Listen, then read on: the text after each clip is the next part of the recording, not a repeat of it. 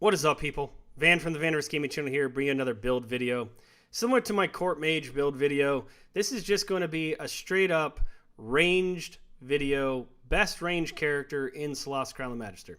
I don't play a lot of ranged characters, but ultimately there is a lot of fun to be had when you can shoot stuff from super far away, and then combine that with multiple attacks, and then combine that with like a haste or with like an invisibility spell. It just makes it really, really fun and really, really potent.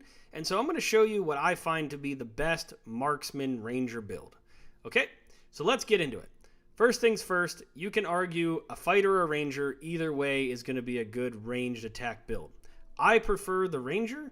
I prefer the marksman for several reasons, and we're going to go into that. But first, we got to talk about the ancestry. To me, you really got two big choices. Or three, I'm sorry. You can go Sylvan Elf, which is your basic every ranger character. 2 dexterity, 1 wisdom, absolutely perfect. You can go Snow Dwarf, which is constitution dexterity, and you get resistances to cold, and then you also get a +2 to your con saving throws. So this is great for the Palace of Ice DLC in addition to retaining concentration. Or you can go Marsh Halfling, where you get 2 dexterity, 1 constitution. But what makes the Marsh Halfling really cool is this whole lucky feat. When you roll a 1 on an attack roll, you can re-roll it. So this is really great when you're getting, 3, 4, 5 attacks, being able to re-roll those 1s to most likely you're going to hit if you don't roll a 1. So that's why we're going Marsh Halfling in this. All right. So as I said, we're going Ranger. The reason we're going Ranger is because of the archetype we're choosing. Now, when you go Ranger, you have to pick a favorite enemy, and you have to pick a natural explorer terrain. This really doesn't matter. Obviously, if you're going Palace of Ice, Arctic makes sense. If you're going Lost Valley, probably Forest. And if you're going Crown of the Magister and starting from scratch, it really doesn't matter. I guess Grasslands. I don't care. Favorite enemy is a little bit different. You can't go wrong with beasts. You can't go wrong with undead. They're pretty much throughout the game. Low levels. And then when you get to higher levels, I would recommend some other ones. But for this, let's just talk beasts, and undead is either up to you, whichever you feel is the best. Now, when we go into this, you already get all of the weapons and armor choices, so there's really no reason to go Lawkeeper or Sellsword. I think the argument for this is very similar to some of my other builds, where going low life because you're a very dexterous character as a ranger to get the thieves tools so that you can kind of take on the rogue role in your party, or to go spy to add the different poisoner stuff to your weapons. I'm going to go low life just so I can pretend that I'm a rogue and help out with that. Now, as I mentioned in some of my other builds, we're going point buy so that people don't think, hey, you're just always doing this where you just max out all your character stats. Nope, we're going point buy this time. Dexterity, constitution, little wisdom action, and then we can probably put some into strength so we don't trip every time we jump up. So 17, 16, 14 is what we're running with. Now, you could probably argue that you don't need that high of a wisdom because we're really not going to be using wisdom on much. But you never know, if you want to balance out some other stats, you could. But this is what we're running with. All right, so athletics isn't our jam because we're not strength-based. All this could be fun. Survival, perception, animal handling, all fun. Rangery. All right, I like this Tombo name, so I'm going to use it. Tombo Tups. Where is Tombo? It's like the best name ever. Tombo Tups. Come on. Where are you, Tombo Tups? Oh, because I'm not a male. Tombo. There he is. Tombo. Oh, shit. I missed it twice. Come on, Tups. Let's go. All right. This is Tombo Tups. All right. So now we're going to level Tombo up. Down to T's for Tombo. There he is. Okay. So level 2, we're Ranger. So this is where we get our fighting style and our spell casting. This is really going to help. We're going Archery. Obviously, we're ranged. So this is going to give us +2 to our attacks. Makes sense. And then right here, Hunter's Mark is a must. And then it's up to you what you want to do. I like running good berries because then overland travel, you can produce food, and so you can guarantee long rests. If you don't do this, you might not have rations or forage food, so it just makes sense. All right, we're going to get to level 3. This is where the subclass comes in, and this is why we went Ranger, is because of the Marksman. The Marksman Ranger is just too strong of a range class. It's the first subclass that actually fits its name. Marksman Ranger, 100% the best Marksman Ranger. All right, so what's great here is you have visible opponents within 2 cells. If they make a ranged attack or spell attack on you, you can reaction shoot them. So as a reaction every turn, if someone attacks you with ranged, you can attack them back. So that's a free attack. Tools, we can do Poisoner Kit. That's fine. And then let's talk about, we're not going to unlearn any spells, but if you haven't, Long Strider's really great. It's not concentration. It increases your speed. You could go Cure Wounds just in case one of your dudes fall down. You can have a little heal action. Whatever you want, it doesn't matter. We'll go Long Strider. All right, level 4. So we're getting into the ability score increases here. The number one thing that I would recommend right out of the gate is going to be Uncanny Accuracy. It gives you +1 to your dexterity, which we want, and you can ignore 1/2 and 3/4 cover. You just can't say no to this. This is the best choice. It gives us an 18 in our dexterity, and we don't have to get plus to ACs because of 1/2 and full cover. So at full cover, they get a +5 to the AC. At 1/2 cover, I believe it's a +2, maybe a +3. All right, and we're not going to change our spells. We like our spells. Level 5, we get extra attack. So now we can make 2 attacks with our ranged and then also still get that reaction in case someone attacks us. So we can end up having 3 attacks per turn. We're not going to redo our level 1 spells.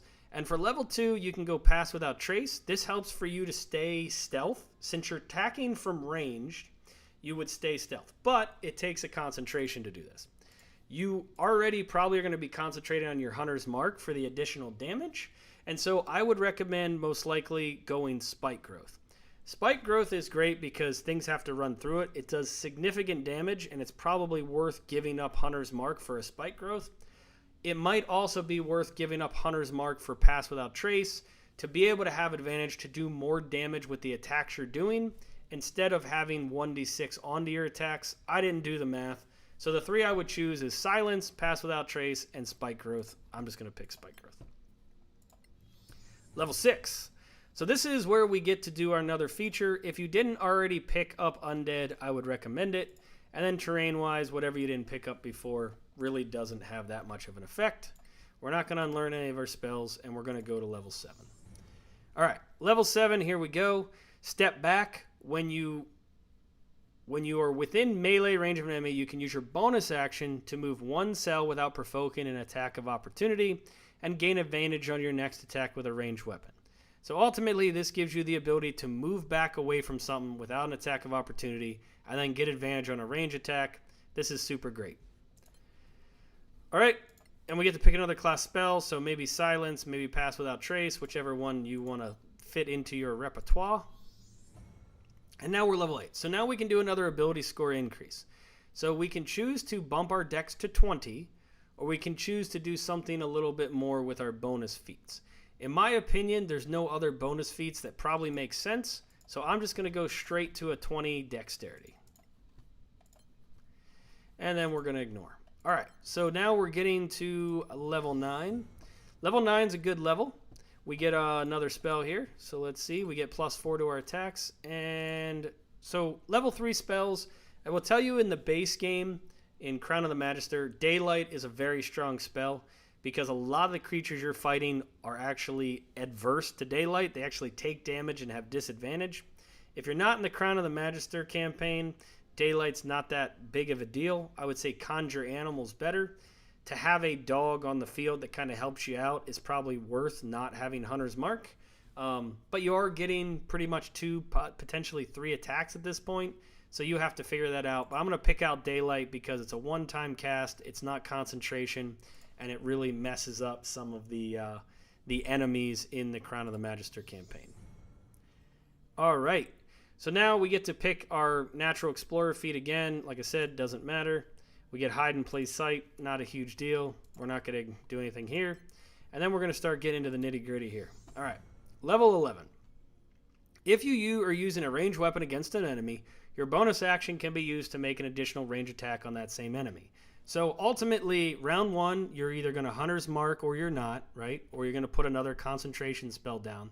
But Hunter's Mark is a bonus action. So round 1, we Hunter's Mark, we attack, and then if we get in a reaction, we attack again.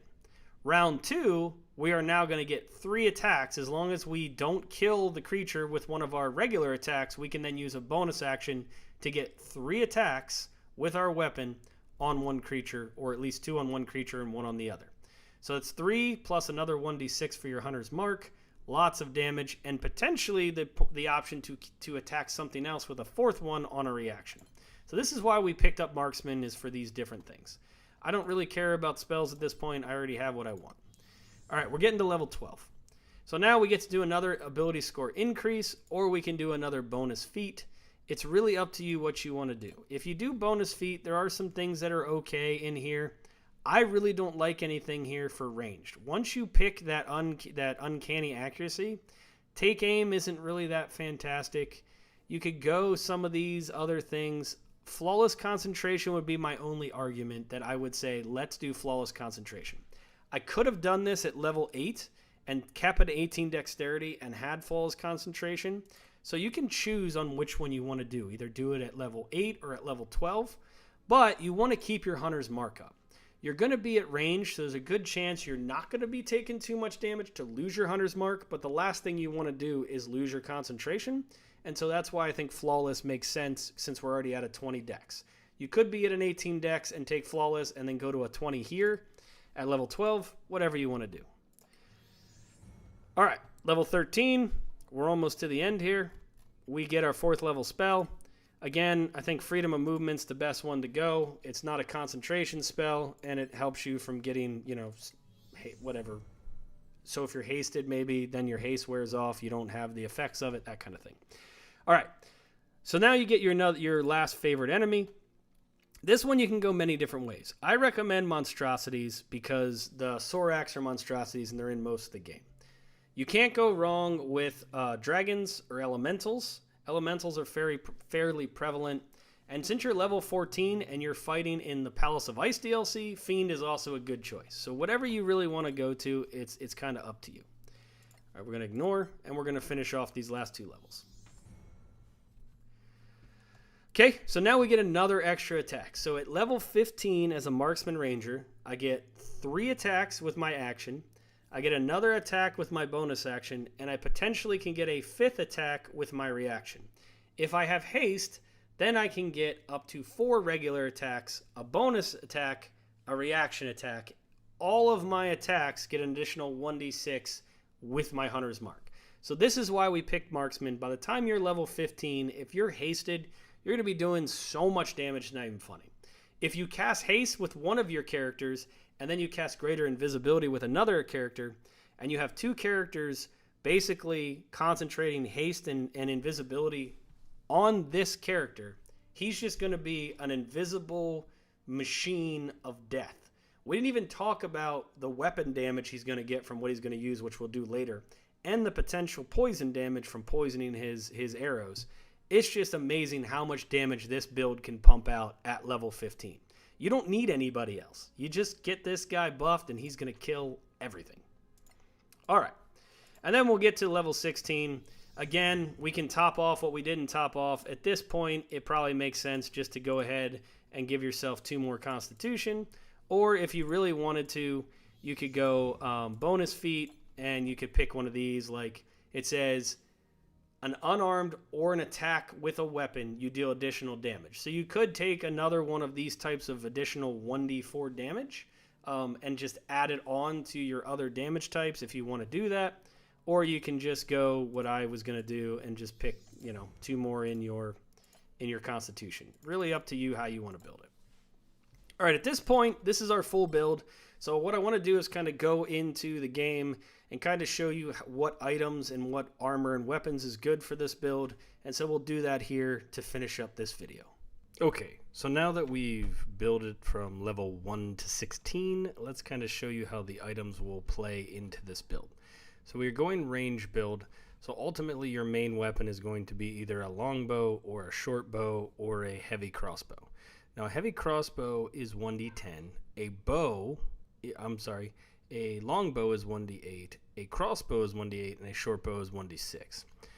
But one of the best items for this build is a Bracers of Archery because it gives you +2 on your bonus damage roll, but you have to be wielding a longbow and a short bow. So as long as you're proficient with long and short bows, you gain a +2 bonus to damage on range attacks made with these weapons. So that's why longbow is going to be the best, and then a short bow maybe. There's 2 damage difference, but it's really based on the specialty of the bow and kind of how that works. The other good thing about a ranger is you can wear medium armor. So you can start out with scale mail, but depending on how high your dex is, right? We're level 10 right now. We have a +5 to our dex. So studded leather actually works out pretty good because it starts at 12, +5 is 17. This happens to be a studded +1, so I can get 18 AC from this. But also, because half plate is a 15 +2, it gives me kind of the same thing. So ultimately, you can get away with studded leather or half plate. Studded leather is going to be better because of the stealth advantage issue. With half plate, your stealth is worse. And so it's probably better to be wearing the studded leather once you get to a 20 dexterity. Otherwise, half plate and studded leather are going to be the same from an armor standpoint. Breastplate's a good option if you don't get to a 20 dex right away. And then you also have the good old scale mail option depending on which armors are available. Then from a weapon set, I mean, most of the time you're going to be using your bow. You could dual wield if you really wanted to. You can go sword and shield if you wanted to. Or you could even go just two-hander if you wanted to. So it's really up to you on how you want to do your melee option. I would recommend going shield and sword, solely because the whole purpose is to be tanky when you're up close, and then you want to try and get away. So a good option is also to do a warden blade here. So ultimately you could keep the sword and shield, and then you, right now if I go to the sword and shield build and I have my half plate on, I'm at 21 AC. So this is a decent AC to have as a ranger, and then you can always, when you go to get away and you're ready to attack, you can switch to your bow. So you're not always going to have this prepared, but it's always good to maybe start like this until you get into a fight, switch to your bow, that kind of thing, since you can only change weapons once per turn. So just keep that in mind. So that's the great thing about a ranger is they have the versatility on what weapons they want to use melee. They can wear almost most armors except for heavy, and because they have a high dexterity, it really helps with their armor and whatnot. So ultimately, the best build you're going to see here is going to be probably a storm bow is going to serve you the best. It does 1d8 damage with another 1d10 lightning damage. So if you add this in conjunction with your 5 attacks, if you add in hasted plus your reaction, then you add your hunter's mark onto all the creatures, and then you also add in some of the damage you're going to get from your poison arrows. You can see how a ranger that is a marksman ranger is going to just spew damage on creatures all over the place. So hopefully this gives you a good idea about this build, both how to build it from 1 to 16, and then also some of the different weapons and armor combinations to use. But ultimately, best bet is to try and get yourself a storm bow, try and get yourself some braces of archery, and then utilize that on top of everything else to just kill everything and try not to get hit. That's pretty much the goal. All right, this is Van from the Vaniverse Gaming channel. Thanks for watching. Cheers and peace out.